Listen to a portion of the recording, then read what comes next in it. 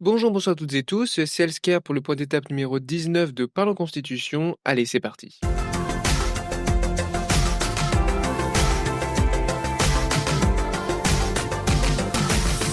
Alors pour rappel, Parlons Constitution, on résume tout ce qu'on a vu depuis le début de la série, mais comme ça fait vraiment beaucoup d'épisodes à résumer, tous les premiers épisodes, hormis les 4 derniers, je vais juste passer très rapidement dessus, donc si vous voulez des infos minimales, vous pouvez faire pause pour voir ce qui est écrit à l'écran, sinon vous pouvez aller voir directement les épisodes dans la playlist de la série.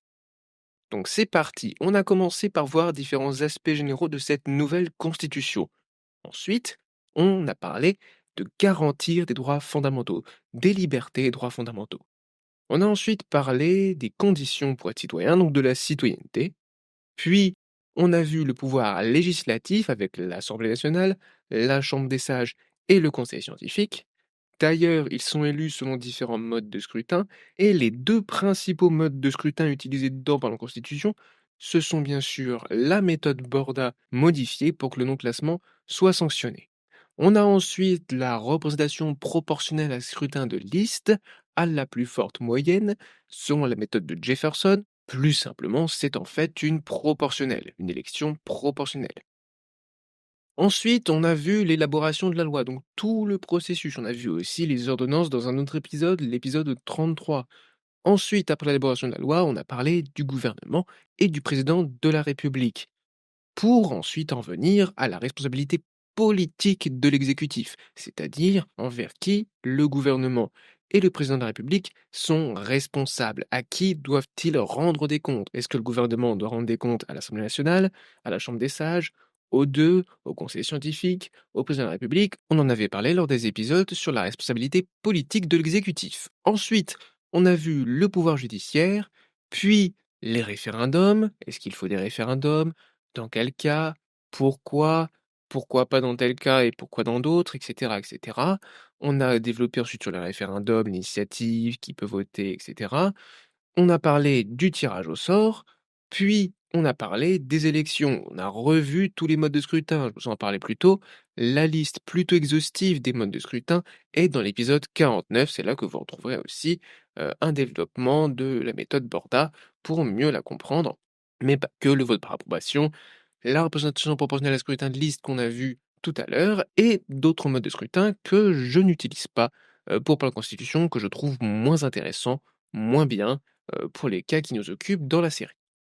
On a ensuite parlé des conditions pour un vote libre. Pour que le vote soit libre, il faut remplir toutes ces conditions-là, toutes celles qui sont dans ce tableau. Ça fait beaucoup, mais si on a une seule qui n'est pas remplie, si une des conditions ne se retrouve pas lors du vote, par exemple si le vote n'est pas secret, eh bien ça pose problème pour que le vote soit libre.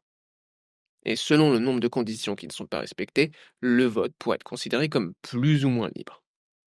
Sachant que toutes ces conditions-là, toutes les cases n'ont pas la même importance.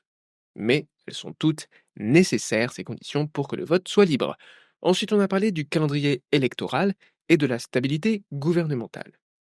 Puis, on est venu sur les accords internationaux et les interventions militaires, pour ensuite aller vers quelque chose de plus grave, les états d'exception en cas de menace, en cas de péril. Et après, on a parlé du Conseil économique, social et environnemental, le CESE. Aussi, on a parlé du défenseur des droits.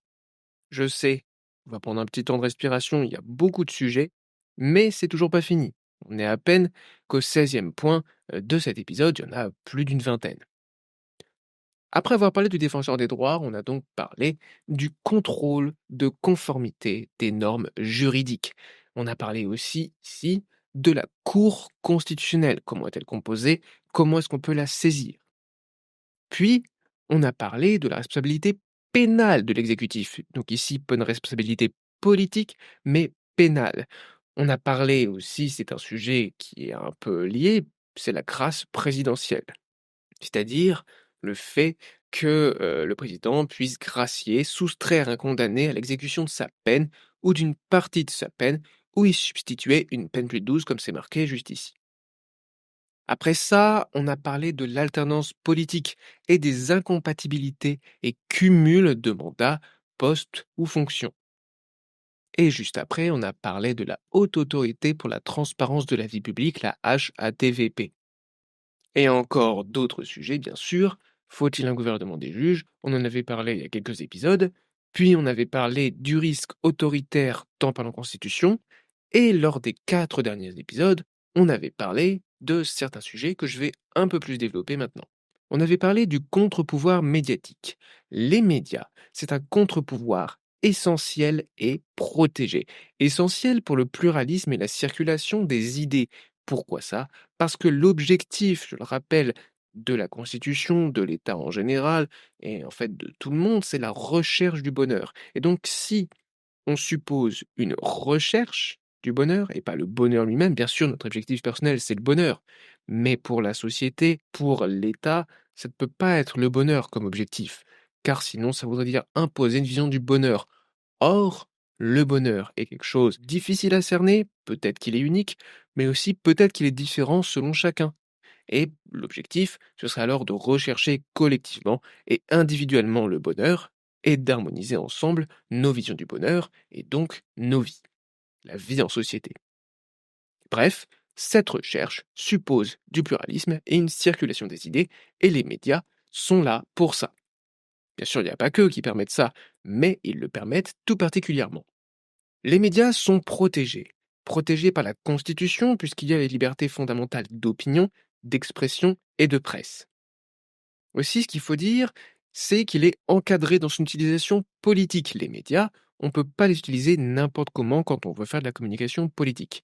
C'est limité, en partie de façon proportionnée, pour garantir le pluralisme, un traitement équitable et une sincérité du scrutin. C'est notamment le cas lors des périodes électorales, par exemple à la télévision, où tous les candidats peuvent s'exprimer plus ou moins de façon égale, en tout cas de façon équitable. Les chaînes de la télévision les plus importantes ne peuvent pas faire tout leur programme sur un seul candidat et ainsi le mettre en avant de façon disproportionnée. Non, il y a une limitation, il y a une régulation par la loi. Aussi, c'est car sinon la liberté profiterait aux plus forts, aux plus riches, ceux qui peuvent utiliser les médias à leur avantage parce qu'ils ont plus d'argent pour les contrôler, pour les soudoyer, ou tout simplement car ils ont déjà du poids politiquement et donc seront plus mis en avant par les médias de façon plutôt naturelle, puisque ça générera plus d'audience. Faut aussi dire que c'est difficile d'encadrer la communication politique sur Internet. Pourquoi? Car il y a, par exemple, le ciblage algorithmique qui est, souvent opaque. C'est difficile de savoir pourquoi est-ce qu'on reçoit tel contenu. Il y a aussi un financement qui est non maîtrisé, qui est opaque. On ne peut pas savoir d'où vient l'argent. En tout cas, c'est pas facile, c'est beaucoup moins facile de savoir d'où vient l'argent pour une communication politique multicanale, sur internet, réseaux sociaux, sur les moteurs de recherche, et cetera, et cetera.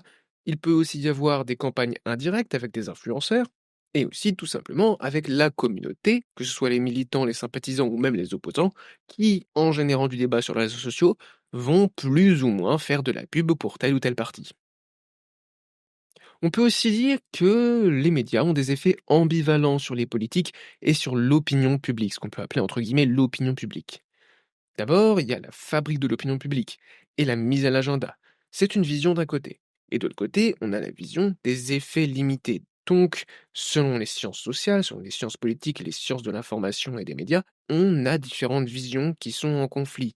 Et selon les analyses, les chercheurs vont plutôt pencher pour des médias qui influencent l'opinion publique, la fabrique de l'opinion publique et la mise à l'agenda de problèmes publics, de problèmes politiques. De l'autre côté, on aura d'autres chercheurs qui seront plutôt orientés vers l'idée d'effets limités des médias. En fait, selon les cas, selon les analyses, les effets sont ambivalents, ne sont pas égaux. Et par contre, on peut influencer le pouvoir en dehors des médias. Ça peut être par les pétitions ou par une action corporatiste silencieuse, etc., etc. L'action corporatiste silencieuse, c'est en fait les groupes d'intérêt lorsqu'ils vont voir des personnes politiques, des personnalités publiques pour agir, voilà, les influencer, leur donner des idées, discuter avec eux pour voilà, créer de l'échange, créer une forme de sympathie et progressivement diffuser leurs idées dans les sphères politiques. Et je le dis pas en disant que c'est mal. Il y a les syndicats, par exemple, qui font ça. On a ensuite parlé du secret et des séances publiques ou des réunions privées. Secret et réunions privées ou séances publiques. On avait d'abord parlé du secret. On avait dit qu'il avait autant sa place dans l'exercice du pouvoir que la transparence étant là pour la confiance, le contrôle et le débat, alors que le secret est là pour la sincérité et la protection d'informations sensibles. On peut citer quelques exemples. Le vote, pour qu'il soit libre, il faut qu'il soit secret, pour qu'il n'y ait pas d'influence dessus, pour qu'en tout cas qu'il y en ait le moins possible. Pas au moment du vote, pas de pression sur tel ou tel vote, tout simplement en rendant secret le processus de vote et la décision de la personne qui va voter.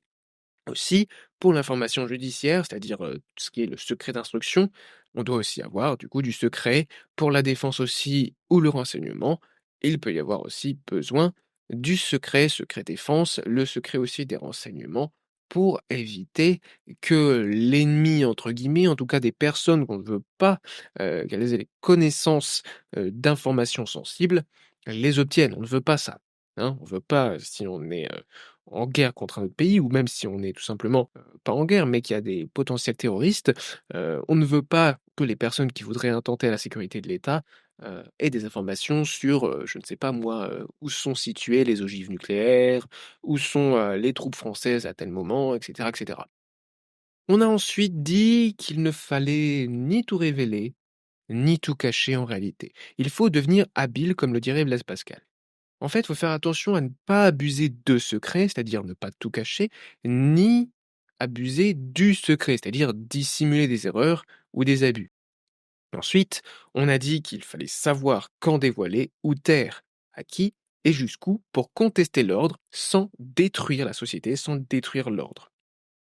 Ce qui nous a amené à rappeler que la transparence doit être la règle et le secret une exception justifiée, bien sûr.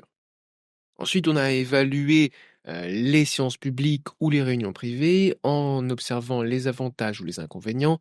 Pour les séances publiques, les avantages sont la confiance, bien sûr, la légitimité par le processus transparent, l'information, le débat public, la citoyenneté active puisque les personnes peuvent participer au débat puisque les séances sont publiques, un contrôle qui est facilité aussi et une diminution du risque autoritaire. Par contre, avec des séances publiques, il y a une pression sur les personnes qui sont, dans ces institutions, qui vont faire ces séances publiques, qui vont débattre en public. En fait, il va y avoir une anticipation des réactions du public, des spectateurs, ce qui peut créer des comportements qui ne sont pas pleinement sincères. De l'autre côté, on a les réunions privées, qui ont l'avantage de permettre des délibérations libres, donc de changer d'avis par exemple. Ça permet aussi bien sûr de protéger les informations sensibles. La décision également va être distincte, claire et cohérente, puisque l'institution qui organisera les réunions privées s'exprimera d'une seule voix à la fin et tout ce qui est le débat, tout ce qui est les doutes, les confusions, les avis divergents juste avant la décision claire et nette, eh bien tout ça c'est mis, non pas sous le tapis, mais tout simplement c'est pas entendu par le public. Par contre, comme on ne sait pas ce qui s'est dit avant la décision, dans ces réunions-là, eh bien ça peut créer du soupçon, de la méfiance. Donc ensuite, on a dit quelles instances constitutionnelles définies dans cette série sont dans un cas où il faut plutôt des séances publiques ou dans un cas où il faut plutôt des réunions privées. On l'a dit et développé dans l'épisode 75. Ensuite, on a vu dans l'épisode 76, qui était le dernier avant ce point d'étape, qui peut réviser la Constitution. On s'est interrogé là-dessus et on avait dit que le système politique doit être analysé de façon neutre pour être amélioré.